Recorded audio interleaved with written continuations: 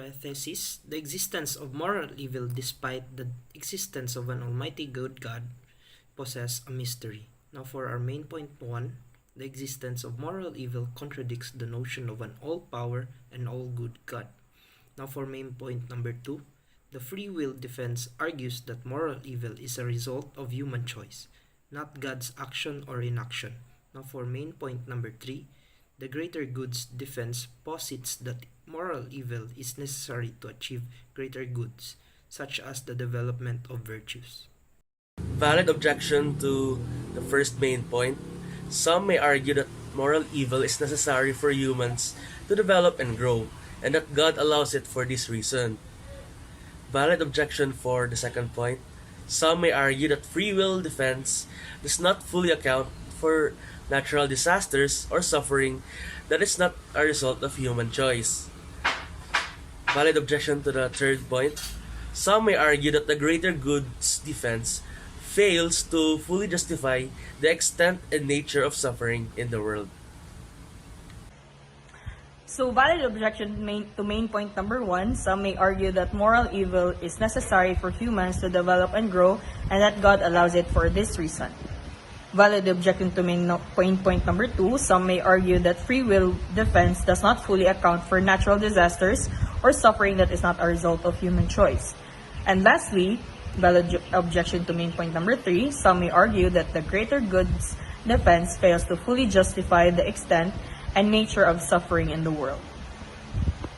1. The argument that moral evil is necessary for growth and development may offer some comfort to those experiencing suffering, but it does not fully resolve the mystery of why a good God would allow extreme and seemingly pointless suffering. For our insight on answer number 2, the free will defense is a compelling explanation for moral evil that is a result of human choice, but it does not account for all instances of suffering in the world.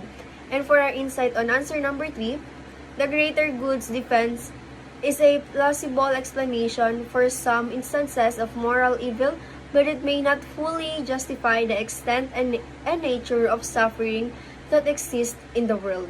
Overall conclusion for the thesis based by objections, insights, and main points. The problem of moral evil in the presence of an all-powerful and all-good God is a perplexing issue that has been long debated by philosophers. While the existence of moral evil appears to contradict the notion of an all-powerful and all-good God based by Marjon, defenders of the faith have proposed explanations such as free will defense and the greater goods defense. However, these defense suggest that the problem of evil remains a mystery and a significant challenge to our beliefs. The question of why a good God would allow moral evil to exist remains unanswered, and the search for a satisfactory solution to this paradox still remains and continues, just like what we're doing now. And ultimately, the problem of moral evil poses the challenge to the belief of an all-good God, and it is likely to remain a topic of debate and discussion for years to come.